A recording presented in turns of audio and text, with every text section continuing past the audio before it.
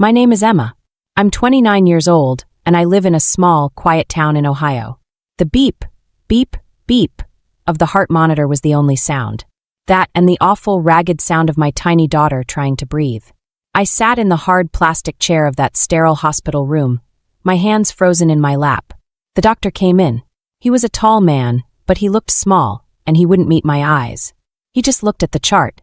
Then he said the words no mother ever survives. Your daughter is already gone. Time stopped. The beeping machine went silent.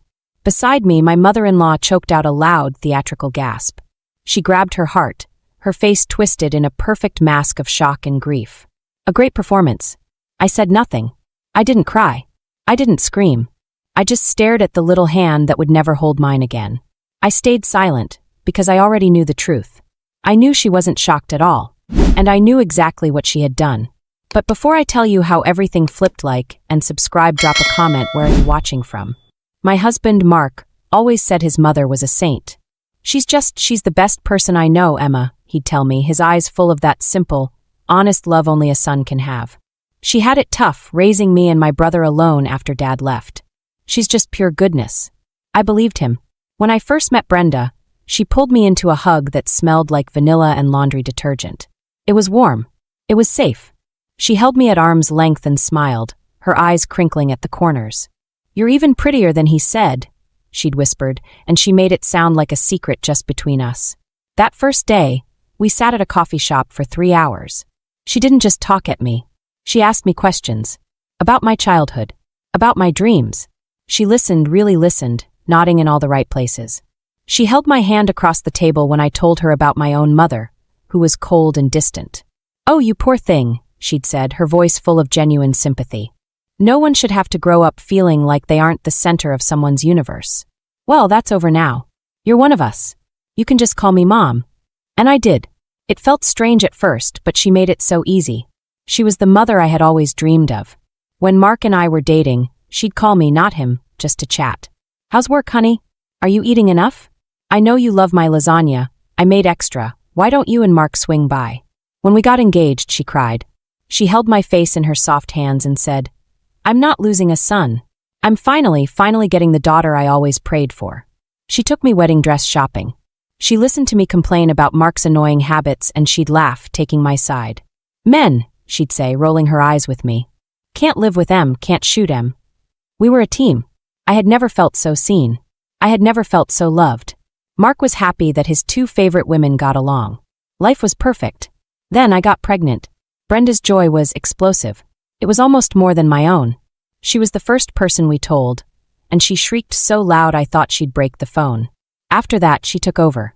In a good way, I thought. She bought a book of baby names and highlighted her favorites.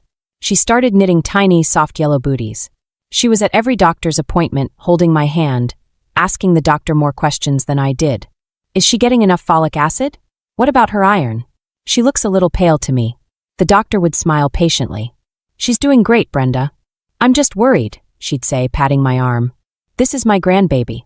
My first. And this is my daughter. I have to take care of them." When I was 7 months pregnant and struggling to tie my own shoes, she sat me down. Mark was there, beaming. "Emma, honey," she'd said, her tone serious but sweet. "You know how hard those first few weeks are. You're going to be exhausted." "Mark? Well, he tries," she winked, "but he doesn't know the first thing about a newborn. I've raised 2 boys. I know what I'm doing. I want to move in. Just for the first month or 2. Just to help." I was so tired. My back ached. The idea of having an expert there, someone to cook and clean, and let me sleep sounded like a gift from God. "Brenda, you don't have to do that," I said, already hoping she would insist. "Nonsense. I wouldn't dream of being anywhere else. I'll take the guest room. I'll handle the laundry. You won't have to lift a finger. Your only job will be to heal and fall in love with your baby." Mark kissed my forehead. "See, I told you she was a saint." So I agreed. I trusted her completely. The first 2 weeks after my daughter, Lily, was born were a blur. A happy blur. Brenda was true to her word. She cleaned the house until it sparkled. She cooked stews and casseroles. She'd take Lily from me at 3 a.m. "Go back to sleep, sweetheart," she'd murmur, walking the crying baby. "Down the hall. Mom's got this. You need your rest." I would sink back into the pillows, feeling a wave of gratitude so strong it made me want to cry. I had the perfect husband, the perfect baby, and the perfect mother-in-law. She was my best friend. She was my confidant. She was the mom I had always wanted. I trusted her with my home. I trusted her with my feelings. I trusted her with my daughter's life. That was my first mistake. And now, sitting in this hospital, listening to the silence of a machine that's been turned off, I know it was my last. The woman who baked me cookies, the woman who called me her daughter, the woman who promised to protect me. She was all a lie. A sweet, warm, convincing lie. And I fell for it. I fell for it all. Lily was not an easy baby. She had colic. She cried. A lot. It was a sharp, piercing cry that drilled right into your skull. Mark and I would walk her up and down the hallway, our faces pale with exhaustion. But Brenda's patience started to wear thin. At first, it was just little things. A heavy sigh when Lily would start up again, just as we were sitting down to dinner. A tight set of her jaw. My goodness, she'd mutter, just loud enough for me to hear. This one's got a set of lungs on her, doesn't she? I'd smile, a weak, tired smile. She's just fussy. She's spoiled, Brenda said, not looking up from her knitting. You're spoiling her, Emma. You run to her every time she makes a peep. You're teaching her to be manipulative. I was too tired to argue. Manipulative? She was 3 weeks old. She wasn't manipulative. She was a baby. But a small seed of doubt had been planted. Was I doing this wrong?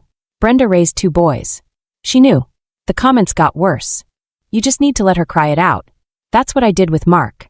A good cry never hurt anyone. It's good for their lungs. I don't feel comfortable with that, I'd murmur. She would just shake her head, a look of pity on her face. A look that said, you're too soft. You don't know what you're doing. I started to feel like a failure. I was exhausted. I was hormonal. My body felt broken. And now, the one person I relied on, my second mom, was telling me I was a bad mother. I tried harder. I tried to get to Lily before Brenda did, to spare myself the sigh, the look of disapproval. Then came the bruises. I saw the first one when Lily was about 4 weeks old. I was changing her diaper on the soft, padded table. Her little arms were pumping in the air. And there on her tiny upper arm, a mark. It was purple and small, about the size of a fingertip. My blood ran cold. I touched it gently. Lily didn't even flinch. It looked like a pinch. Mark! I called out, my voice trembling. Mark, come here. He came running, his face full of panic. What? What's wrong? Look, I whispered, pointing. Look at her arm. He squinted. What? I don't see anything. Oh, that? It's probably just, I don't know. A birthmark? It wasn't there yesterday, I said. My mind was racing. How? Where? Brenda appeared in the doorway, drying her hands on a dish towel. What's all the yelling about? You'll wake her sister if she... Oh. She stopped, her eyes landing on Lily's arm. Brenda, do you see this? I asked, my voice small. She bustled forward, pushing Mark gently aside. She peered at the mark. Oh, my heavens. The poor little thing. She looked up, her face a mask of sudden, dawning horror. Oh, Emma. Oh, no. It must have been my ring. She held up her left hand. She wore a large, old-fashioned diamond ring that had been her grandmother's. It was bulky. But how? I asked. When I was carrying her this morning, she said, her voice starting to wobble. She was so fussy. I was trying to get her settled, and maybe I held her too tight. The ring must have pressed against her. Oh my God. I'm so clumsy. I'm so sorry, Emma. Tears welled up in her eyes. Real wet tears. She looked devastated. And I comforted her. No, Brenda, it's okay. I found myself saying, putting a hand on her arm. It was an accident. Of course it was. I would never, she sobbed. I would never hurt her. You know that, right? I love her just as much as you do. I know, I said. It's okay. It's just a little bruise. But it wasn't okay. A few days later, the first bruise had faded, but a new one appeared. On her other arm. This one was 2 small, faint circles. I didn't say anything this time. I just looked at it. Brenda saw me looking. Oh, for goodness sake, she snapped, her voice sharp. It's probably just those awful snaps on her onesies. They make them so cheap these days. She grabbed the onesie from the drawer. See? Hard plastic. Probably pinched her when I was changing her. I'll just be more careful. Her tone was brisk. No tears this time. Just annoyance. And I, the weak, exhausted, stupid new mother, I chose to believe her. Denial is a powerful thing. It's warmer than the cold, hard truth. The truth was that my baby had bruises. The truth was that the only other person holding her was Brenda. But the other truth was that Brenda was my mom. She was the saint who was cooking my meals and cleaning my house. To believe she had hurt my daughter would mean my whole world was a lie. It would mean I had to do something. I would have to confront her. I would have to fight her. And I didn't have any fight left in me. So I chose denial. I told myself it was the ring. It was the onesie. It was my own hormones making me crazy. I lived in that denial for one more week. I smiled at Brenda. I thanked her for the dinners. I handed her my crying baby, and I went back to my room and put a pillow over my head. I chose guilt over my own instincts. I let her stay. That was the decision that cost my daughter her life. I see that now. I didn't see it then. I just saw a woman I trusted, and I was too tired and too scared to see the monster standing right in front of me. I don't remember what day of the week it was. They all just blurred together. An endless cycle of feeding, crying, and a bone-deep exhaustion I wouldn't wish on anyone. It was night. It must have been 3 a.m. or 4 a.m. I had just fed Lily. I remember sitting in the rocking chair, the one Brenda had insisted on buying. Lily had finally fallen asleep in my arms. Her little body was warm and heavy. Her breath was a tiny, sweet puff of air against my neck. I remember kissing the top of her head. It smelled like milk and powder. I should have stayed there. I should have just sat in that chair all night. I should have locked the door. But I was so tired. My eyelids felt like they were made of lead. I stood up, my joints cracking. I walked on autopilot to the nursery. Brenda had decorated it. It was pale yellow. Happy. She said it was gender neutral. But I always thought it just looked sickly. I laid Lily down in her crib. She stirred, her little mouth rooting for me. "Sha baby," I whispered. "Go to sleep. Mommy's so tired." She settled. I pulled her light blanket up, tucked her in. I stood there for a minute, just watching her. My beautiful, perfect, fussy little girl. Then I went to my own room. Mark was snoring softly. I didn't even bother to change. I just fell into the bed. I was asleep before my head hit the pillow. The silence woke me. That's the first thing I remember. Not a cry. Not a sound. The silence. For the last 5 weeks, my world had been filled with noise. Crying. Shushing. The sound of the bottle warmer. The sound of the washing machine. But this was a thick, heavy, terrifying silence. The kind of silence that presses in on your ears. My eyes snapped open in the dark. My heart immediately started pounding. Lily. I threw the covers off. I didn't bother with shoes. I ran. The hallway was dark, but there was a light on downstairs. And a light on in the nursery. Not the bright overhead light. Just the dim, yellow glow from the small table lamp. My bare feet made no sound on the carpet. I got to the nursery door. It was open. Just a crack. I pushed it open. And the scene, it's burned into my brain. I will see it every time I close my eyes. Brenda was there. She wasn't sitting in the rocker. She wasn't cooing. She was standing over the crib. Her back was to me. She was wearing her old, faded pink bathrobe. Her hair was messy. She was whispering. A low, sharp, hissing sound. "I told you," she was hissing. "I told you to be quiet. You never listen. You just keep crying. Crying, crying, crying. You had to be quiet. I had to make you quiet. Brenda." My voice was a croak. She stiffened. She turned around slowly. Her face wasn't the face I knew. It wasn't the warm, smiling mom. It was a cold, empty mask. Her eyes were dull. "She's quiet now," she said, her voice flat. She finally stopped. I pushed past her. I looked into the crib. And I started screaming. Lily she wasn't sleeping. She was pale. Not just pale. A gray, waxy color. Her lips were blue. And there was a foam. A small, white froth at the corners of her mouth. "Lily! Lily! Lily!" I screamed. I scooped her up. Her body was limp. Limp and cold. She wasn't breathing. "What did you do?" I shrieked, turning on Brenda. "What did you do?" Mark came skidding into the room, his eyes wild with sleep and panic. What's oh my God?" He saw Lily in my arms. Brenda just stood there. She looked annoyed. Bothered. And then she said the words. The words that ended my life. She wouldn't stop crying, she hissed, her voice full of venom. It was going on for an hour. I told her. I begged her. She wouldn't stop. I had to shut her up. I had to shut her up. My mind broke. I couldn't understand what she was saying. Shut her up? What did you do? Mark grabbed his phone, his hands shaking so hard he could barely dial. 911. 911. My baby's not breathing. My baby's not breathing. I was pounding on Lily's back. I was breathing. Into her mouth. Her little, cold blue mouth. She tasted like milk and death. Come on, baby, breathe. Breathe for mommy. Please, Lily, breathe. Brenda just watched. She backed against the wall, her arms crossed. The next few minutes were a blur. Sirens. Loud, loud sirens getting closer. Heavy footsteps pounding up the stairs. Paramedics. So many men in blue. What happened? One of them asked, grabbing Lily from my arms. I don't know. I was sobbing, hysterical. She said she shut her up. She said it. I pointed at Brenda. Brenda's face suddenly crumpled. The cold mask was gone. The performance began. I don't know, she wailed, falling to her knees. I just held her. I think I held her too tight. I was just trying to stop the crying. I didn't mean it. I didn't mean it. The paramedics were working on Lily. On the floor. They had tubes.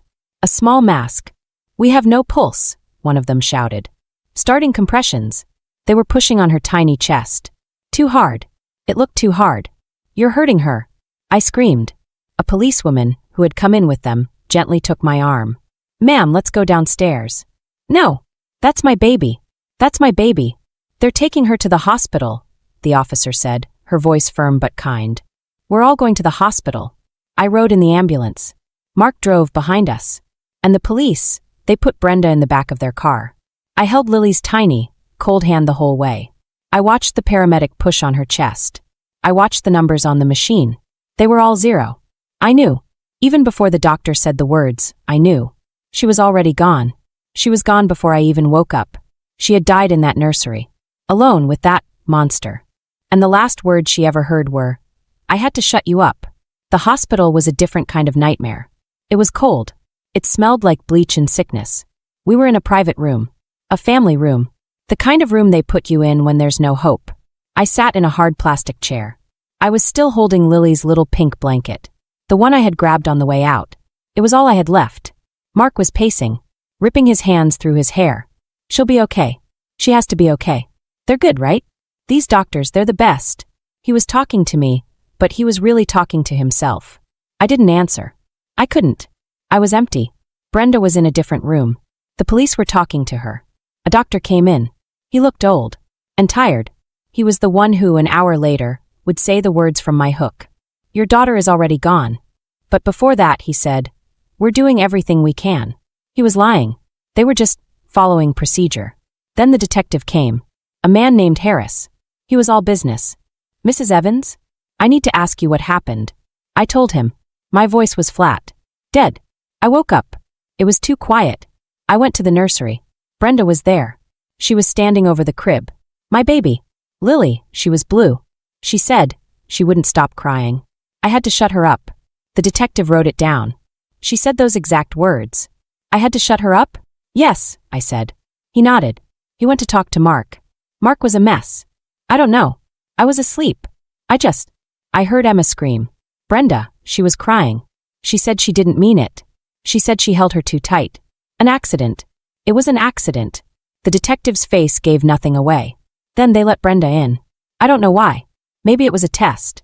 She came into the room, and the performance, it was worthy of an Oscar. She didn't just walk in. She collapsed. She fell through the doorway, sobbing, her hands outstretched. Emma. Mark. My baby. My sweet, sweet grandbaby. Mark, his own eyes full of tears, rushed to her. He helped her up. Mom. Mom, it's okay. Is she? Brenda looked at me, her eyes wide with fake, desperate hope. I just stared. I stared at the woman who had murdered my daughter. They're working on her, Mark whispered, holding his mother as she sobbed. I didn't mean it, she wailed, burying her face in Mark's chest. She was crying so hard, she was choking. I think I shook her. Just a little. To make her stop. To make her breathe. I didn't know. I didn't know you couldn't do that. I'm old. I forgot. Oh God, I forgot. She was lying. It was a new lie. A better lie. Shaking is different from suffocating. Shaking sounds more like an accident. A mistake. The detective was watching. He saw it all. He saw my face, cold and hard. He saw Mark's face, confused and grieving. And he saw Brenda's performance. When the doctor finally came and told us, when he said, I'm sorry. She's gone. Brenda's scream was the loudest in the room. She tore at her hair. She tried to run toward the room Lily was in. I want to see her. Let me see my baby. Mark had to hold her back.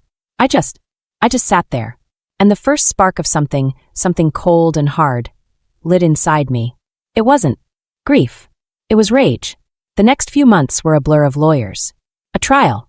Brenda's defense was brilliant. They painted me as an unstable, hysterical, sleep-deprived new mother. They said I was misremembering what she said. They painted Brenda as the doting, heartbroken grandmother. She was 62. She had a clean record. She volunteered at her church, as if that mattered. Her lawyer argued involuntary manslaughter. A tragic accident. A moment of fleeting confusion, brought on by exhaustion and a baby's cries. Brenda cried on the stand. She told her story. The one about Lily choking. The one about just trying to help her breathe. I loved her more than life itself, she cried, wiping her fake tears. I would rather be dead myself than be living in this nightmare. The jury looked at her. They saw a sweet old lady. A grieving grandmother. They didn't see the monster I saw. They didn't hear the flat, cold voice in the nursery. Mark, he was torn. He sat in the middle of the courtroom.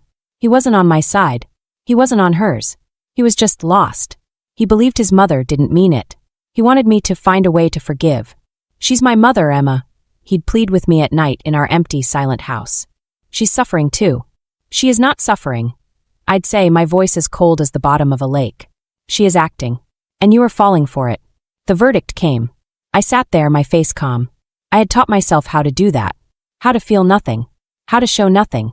On the charge of manslaughter, we find the defendant not guilty. My heart didn't stop. I didn't gasp. On the lesser charge of involuntary manslaughter, we find the defendant guilty. There was a gasp from behind me. Mark. The judge peered down at Brenda, who was sobbing with relief. He talked about her age. Her remorse. Her lack of intent. The sentence, 5 years. Suspended. And community service. She had to go volunteer at an animal shelter. That was her punishment for murdering my daughter. For killing a 5-week-old baby. Community service. Brenda cried. Her lawyer patted her on the back. Mark looked relieved. He thought this was justice. He thought this was closure. I sat perfectly still. I watched her. I watched her hug her lawyer. I watched her look at me, her eyes still wet, but with a tiny, tiny spark of triumph. She had won. She had fooled them all. My heart was an asterisk T burning. It was frozen. It had turned into a solid, heavy block of ice. I stood up. I walked out of the courtroom. I didn't look at Mark. I didn't look at her. I walked past the reporters. I got in my car. And I drove. I drove to the cemetery. To the tiny plot of land we had bought. I sat on the grass. There was no headstone yet. They believed her. I whispered to the patch of new dirt. They all believed her. But I don't. I know what you said, Brenda. I know what you did. I sat there until the sun went down. The rage didn't burn me. It focused me. She got 5 years suspended. I got a life sentence. Fine. But if she thought I was going to just grieve, if she thought I was going to just move on, she was wrong. She fooled the court. She fooled her son. But she hadn't fooled me. The trial wasn't an ending. It was a beginning. She underestimated me. She thought I was weak. She thought I was just a spoiled, soft new mother. She was about to find out just how wrong she was. The quiet phase, it started that day. After the trial, the world went quiet. Mark wanted to heal. That was the word he used. He wanted us to go to counseling. He wanted us to find a new normal. He wanted me to eventually forgive. She's my mother, Emma, he would say, his voice always on the edge of breaking. She's broken. She's not the same person. She's suffering too. Don't you see that? I saw it. I saw her suffering. But it wasn't grief. It was the suffering of being inconvenienced. It was the suffering of a narcissist who had almost been caught. But I knew what I had to do. I couldn't fight Mark. Not yet. He was her son. He was my husband. He was the key. If I lost him, I would have no access to her. And I needed access. So I started to act.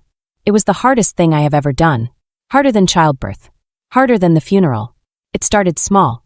One night, Mark came home from work. The house was always dark now. Always silent. He found me in the kitchen, not crying, but just staring at the wall. Emma, he said, his voice soft, like he was approaching a wounded animal. I turned. I looked at him. And I produced a single, lonely tear. I had gotten good at that. I could summon one, just one. I don't know how to do this, I whispered. He rushed to me. He pulled me into his arms. His body was warm, but I felt nothing. I know, he shushed me. We'll do it together.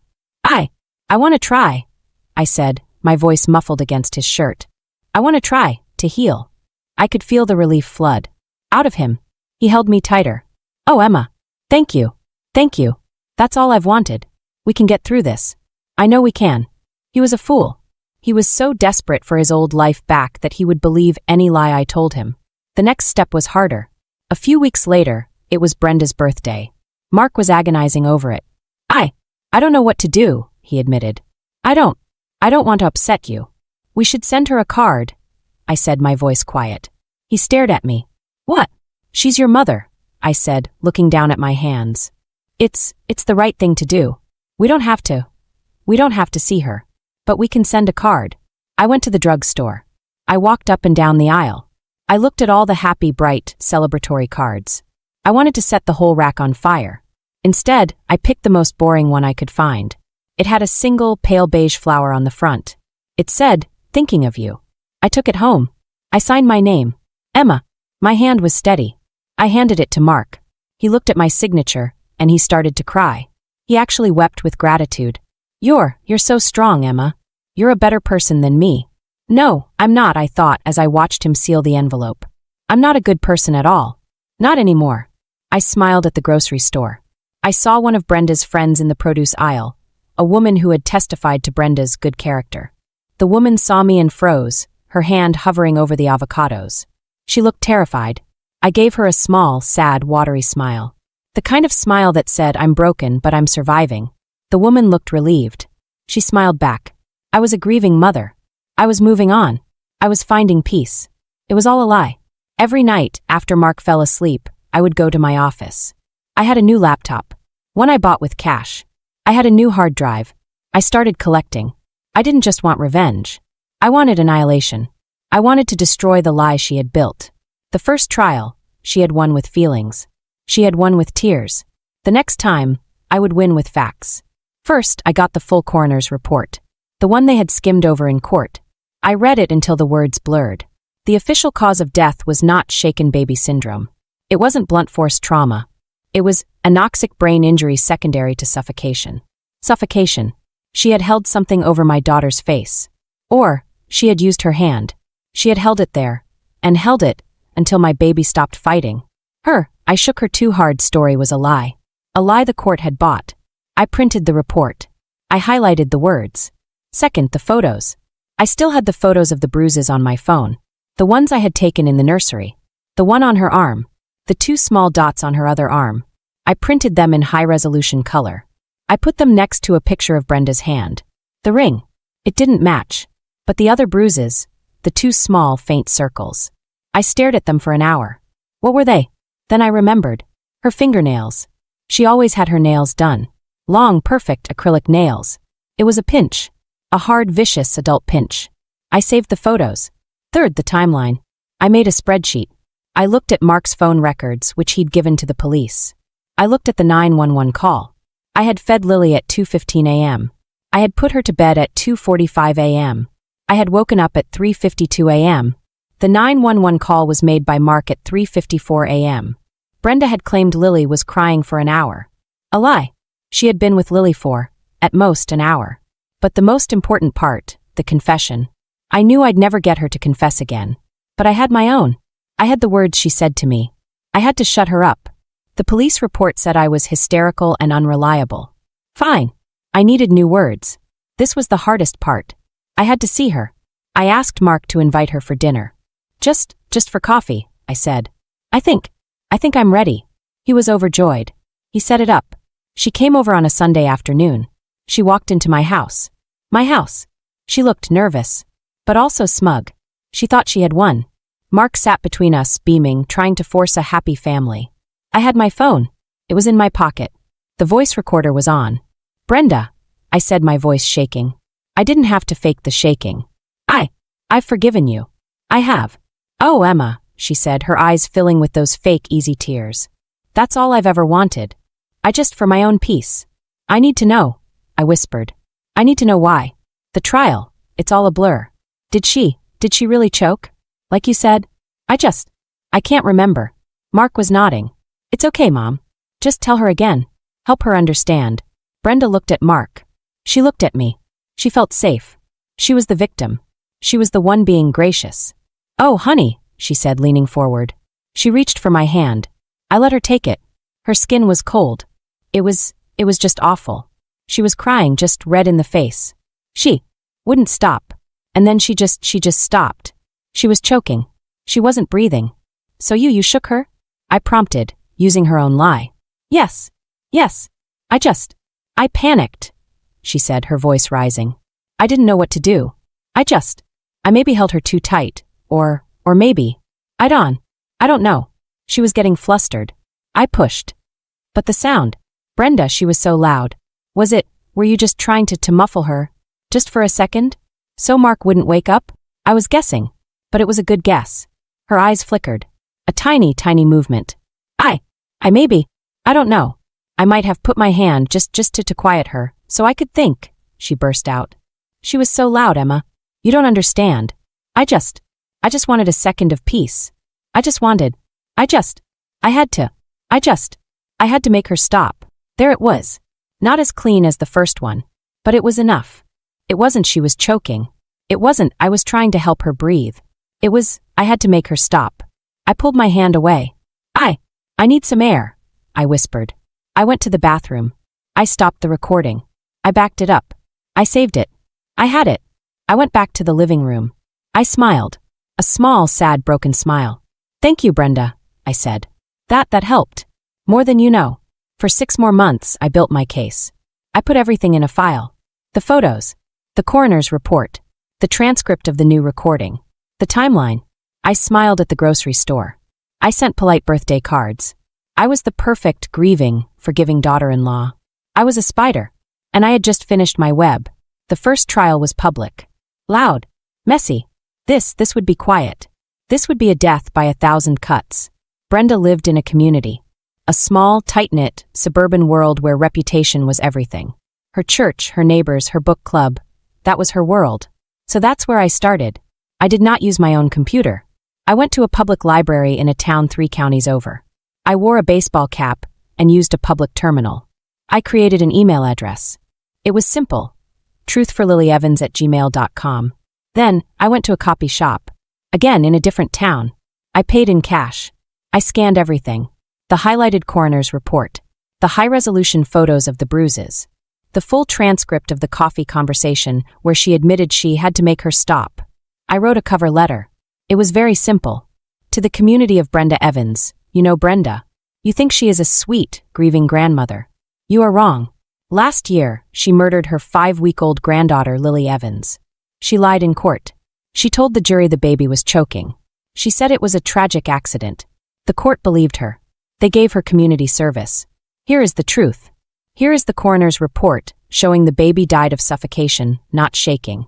Here are photos of the other bruises. The ones the jury did not see. And here is a transcript of a recent recording where Brenda admits the real reason she killed her. Read this. And ask yourself, who is the person living next to you? I didn't sign it.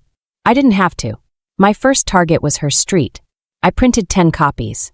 I bought plain white envelopes. I bought stamps. I mailed them from a blue mailbox in a different zip code. I mailed one to every neighbor on her immediate block. I imagined Brenda going to her mailbox, waving to her neighbor, Mrs. Gable, and Mrs. Gable not waving back. I imagined her looking at Brenda with a new kind of coldness. It must have started with whispers. A look at the grocery store. A pulled-back curtain. Brenda must have felt it. The air getting colder. 2 weeks later, I sent the second wave. This time, I sent the packet to her church. To Pastor Mike. To the head of the ladies' auxiliary. To the entire church board. This one had a bigger impact. Her church was her alibi. Her good character. A week after that, I heard from Mark. He was upset. She's not doing well, he said. The pastor asked her to step back from volunteering in the nursery. Can you believe that? After all this time? They're being awful to her.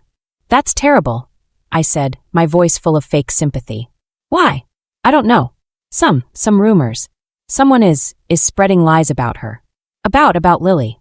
Oh, Mark, I said, putting my hand on his arm. That's horrible. Who would do such a thing? He shook his head, his face full of anger. I don't know. but it's tearing her apart. Good, I thought. Now you know what that feels like. The final wave was the biggest. A neighbor, one of the first to get the packet, was horrified. She was a mother. She was angry. She had been in Brenda's house. She started an online petition. Reopen the case of baby Lily Evans. It wasn't for me. It was for her. She was a concerned citizen. She posted the petition on her Facebook. She shared the anonymous information she had received. The petition got 100 signatures. Then 1,000. Then a local news blogger found it. A local news reporter, hungry for a story, found that. The media had loved the grieving grandmother story. But this was better. The truth about baby Lily? New evidence suggests grandmother's tragic accident was a lie. That was the headline. The reporter, a young woman named Sarah, started digging. She went to the church. She went to the neighbors. She called the police. She called the district attorney. She asked, "Why did you ignore the coroner's report? Why did you not see these photos? Why was this recording never heard in court?" The DA's office, which had been so quick to offer a plea deal, was suddenly embarrassed. They were on the defensive. The community was in an uproar. How could this happen? They had a monster living among them. I sat on my couch. I watched the 10 o'clock news. There was Brenda's house. My old house. There was a news van parked out front. And then a new car pulled up. A quiet, unmarked car. 2 detectives got out. One of them was Harris, the detective from the hospital, the one who had believed her. He looked older. He looked angry. They walked up the path. They knocked on the door. Brenda opened it. She was in her pink bathrobe. The same one. Her hair was a mess. She looked old. She looked shocked. And I watched, my face calm, as Detective Harris held up a piece of paper. A warrant. "Brenda Evans," he said, his voice loud enough for the reporter's microphone to catch it. "You're under arrest. For the murder of Lily Evans." Her face, it wasn't grief. It wasn't shock. It was confusion. She didn't understand. She had won. I turned off the TV. The quiet phase was over. The second trial was nothing like the first. The first trial was a sadness. It was a tragedy. It was a courtroom full of people healing. This one was an execution. The media was there. The courtroom was packed. The woman who started the petition was in the front row. The pastor from the church was there. And Mark was there. He sat alone in the back. He wouldn't look at me. He had screamed at me. After the arrest. He finally knew. "You did this," he had roared, his face purple. You planned this. This was a trap. You never forgave her. You never forgave me." "No," I said, my voice perfectly calm. "I didn't. She murdered my daughter. And you held her hand. She's my mother. She is a killer," I said. "And I'm done. We're done." He didn't come to the trial as my husband. He came as the son of the accused. He had made his choice. I was the first witness. This time, I was not a hysterical, grieving mother. This time, I was not unreliable. I was cold. I was precise. I was a weapon. The prosecutor, a new man, a hungry man who smelled a political victory, was gentle with me. "Mrs. Evans," he said, "can you tell the jury, what did you hear your mother-in-law say, in the nursery?" I looked at the jury. I looked at Brenda. She said she wouldn't stop crying. I had to shut her up. "And later," he said, "when you forgave her, when you met her for coffee, what did she say then?" I nodded. She said, she was so loud. I had to make her stop. Then they played the recording. The entire courtroom, 100 people, sat in dead silence. And they heard it. They heard her voice. They heard her casual, annoyed, monstrous confession. I just wanted a second of peace. I had to make her stop. Brenda's lawyer, he tried. He was a different lawyer. A cheaper one. "Mrs. Evans, isn't it true you were obsessed? That you were vindictive? That you trapped this poor old woman?" "I didn't trap her," I said, my voice ringing out in the silent room. "I gave her the truth. And she walked right into it. You recorded her. Illegally. I recorded a confession to murder," I said. I would do it again. He had nowhere to go. They put the coroner on the stand. He was angry. He had been ignored. "Let me be clear," he said, glaring at the jury. "This was not shaking. This was not an accident. This was a prolonged, intentional act of suffocation. The child's brain was starved of oxygen. Someone, an adult, held something over her mouth and nose, and kept it there. For minutes. Until she was dead. Brenda, she wasn't the sweet old lady anymore. She was just old. As the outline said, she looked small. Hollow. The performance was gone. There was no one left to perform for. Her son wouldn't look at her. Her friends were gone.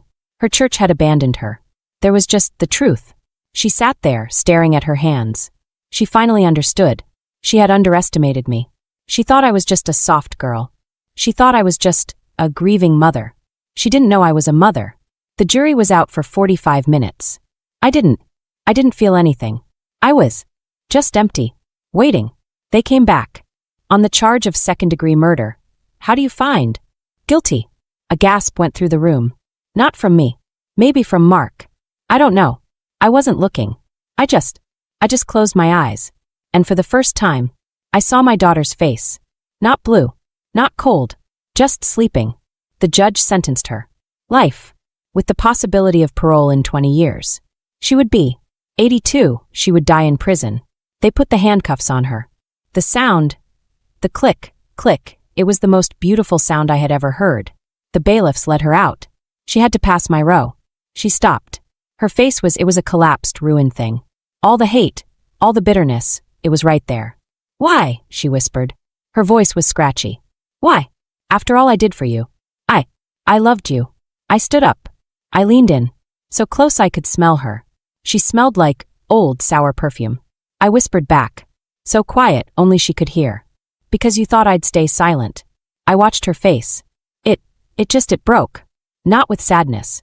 With defeat. The final, absolute, total defeat. They pulled her away. And I just stood there.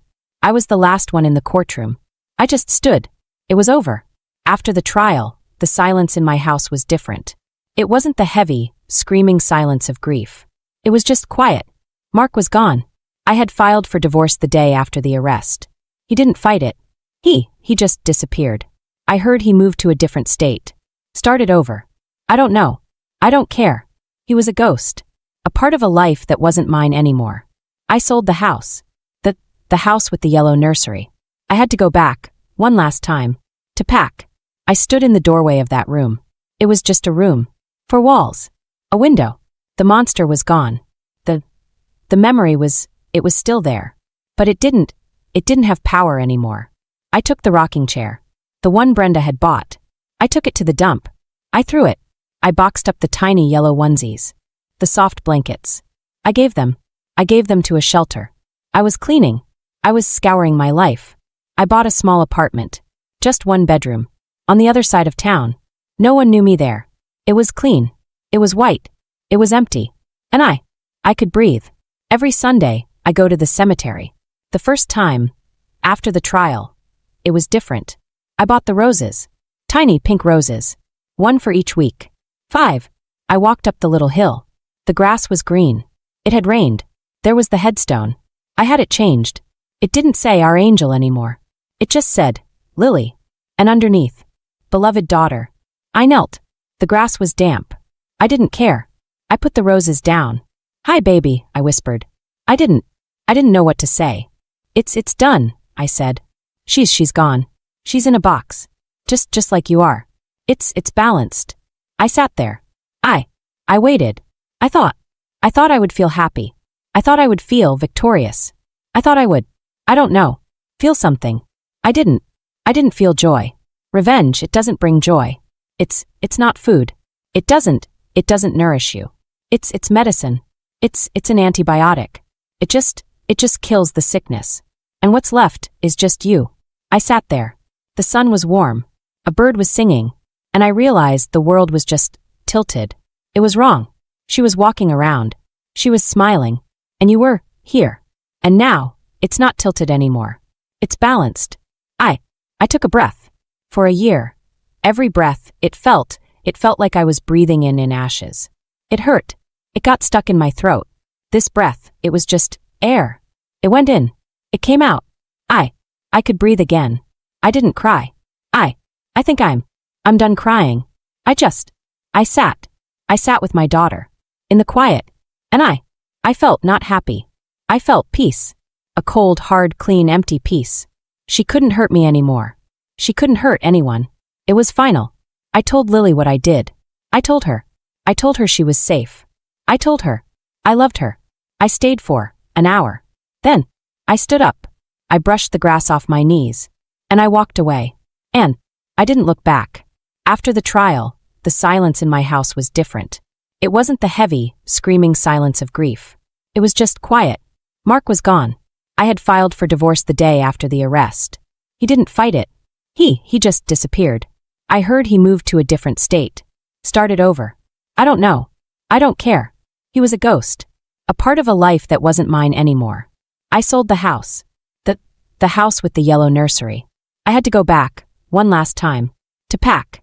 I stood in the doorway of that room. It was just a room. 4 walls. A window. The monster was gone. The memory it was still there. But it didn't have power anymore. I took the rocking chair. The one Brenda had bought. I took it to the dump. I threw it. I boxed up the tiny yellow onesies. The soft blankets. I gave them to a shelter. I was cleaning. I was scouring my life. I bought a small apartment. Just 1 bedroom. On the other side of town. No one knew me there. It was clean. It was white. It was empty. And I could breathe. Every Sunday, I go to the cemetery. The first time, after the trial, it was different. I bought the roses. Tiny pink roses. 1 for each week. 5. I walked up the little hill. The grass was green. It had rained. There was the headstone. I had it changed. It didn't say Our Angel anymore. It just said, Lily. And underneath, beloved daughter. I knelt. The grass was damp. I didn't care. I put the roses down. Hi, baby, I whispered. I didn't know what to say. It's done, I said. She's gone. She's in a box. Just like you are. It's balanced. I sat there. I waited. I thought I would feel happy. I thought I would feel victorious. I thought I would, I don't know, feel something. I didn't feel joy. Revenge, it doesn't bring joy. It's not food. It doesn't nourish you. It's medicine. It's an antibiotic. It just kills the sickness. And what's left is just you. I sat there. The sun was warm. A bird was singing. And I realized the world was just tilted. It was wrong. She was walking around. She was smiling. And you were here. And now, it's not tilted anymore. It's balanced. I took a breath. For a year, every breath, it felt like I was breathing in ashes. It hurt. It got stuck in my throat. This breath, it was just air. It went in. It came out. I could breathe again. I didn't cry. I think I'm done crying. I sat with my daughter. In the quiet. And I felt not happy. I felt peace. A cold, hard, clean, empty peace. She couldn't hurt me anymore. She couldn't hurt anyone. It was final. I told Lily what I did. I told her she was safe. I told her I loved her. I stayed for an hour. Then I stood up. I brushed the grass off my knees. And I walked away. And I didn't look back.